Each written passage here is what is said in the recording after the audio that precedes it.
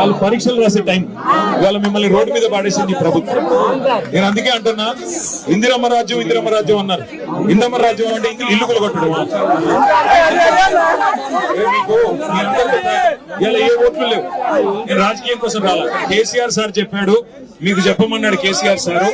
మళ్ళీ మీకు ఇదే వెలుగు మట్లలో ఇదే జాగలో మీకు ఇల్లు కట్టించి మళ్ళీ గృహ ప్రవేశం కూడా మేమే చేయాలి.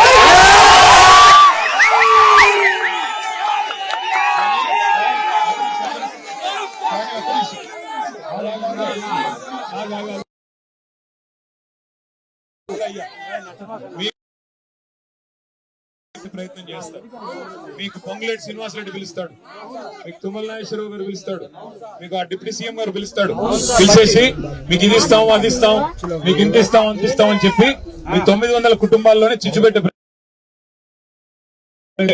ఒక మాట జాగ్రత్తగా మీరు ఐక్యంగా ఉంటే, మీరు ఐక్యంగా కొట్లాడితేనే మీరు విజయం సాధిస్తారు.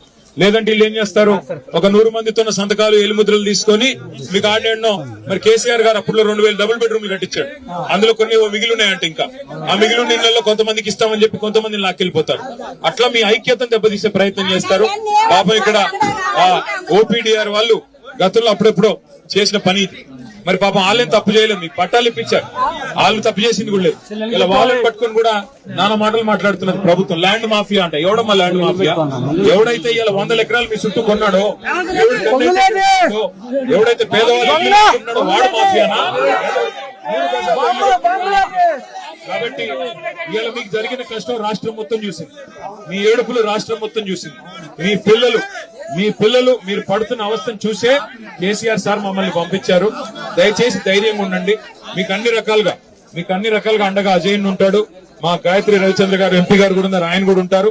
మేము కూడా మళ్ళీ దయచేసి నిన్ననే మేము రావాలి నిజానికి ఇక్కడ, కానీ పోలీసులను పెట్టి అధికారులను పెట్టి ఆటంకాలు కల్పించి ఇవాళ మేము ఇక్కడికి వస్తుంటే కూడా మిమ్మల్ని ఇక్కడికి రానికుండా చేసినారు.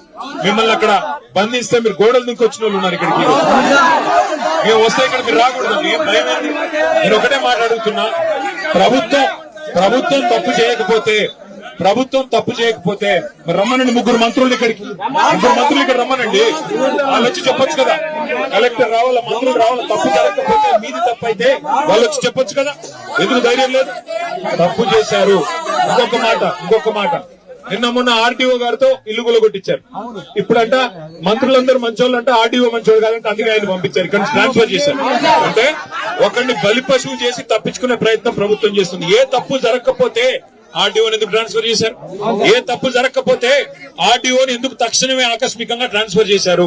ఎందుకు బదిలీ చేశారు? ఈ సమాధానం చెప్పాలి ప్రభుత్వం. మంత్రులకు నిజంగానే ధైర్యం ఉంటే, మంత్రులు తప్పు చేయకపోతే వాళ్ళు ఎందుకు రావట్లేదు ఇక్కడికి? డిప్యూటీ సీఎం పొంగులేటి తుమ్మల రావాలి కదా, వచ్చి మీతో మాట్లాడాలి కదా. అందుకే ధైర్యంగా ఉండండి. మీ కేసీఆర్ అని ఉన్నాడు మీ ఎంబడ, కేటీఆర్ అని ఉన్నాడు, మేము అందరం ఉన్నాం మీకోసం.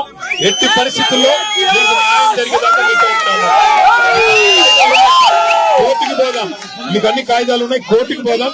కోర్టుకు కూడా మీరు రూపాయి ఖర్చు పెట్టుకునే పనిలా మేము పార్టీ తరఫున మేము కొట్లాడతాం, మీకు మేము ఉండగా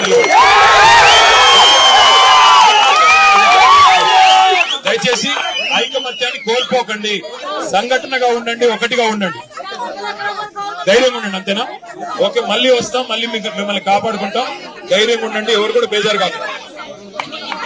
మేము మీకు ఏర్పాట్లు చేసే ప్రయత్నం చేస్తాము. నా ప్రయత్నం నేను చేస్తాను బిడ్డ. కానీ మీకు తెలుసు కదా, మళ్ళీ పోలీసు వాళ్ళు, మళ్ళీ అధికారులు మీకు న్యాయంగానే తెప్పించి పట్టాలు ఇప్పించే ప్రయత్నం నేను చేస్తాను. ఓకే, ధైర్యంగా ఉండండి అంతవరకు. Thank you.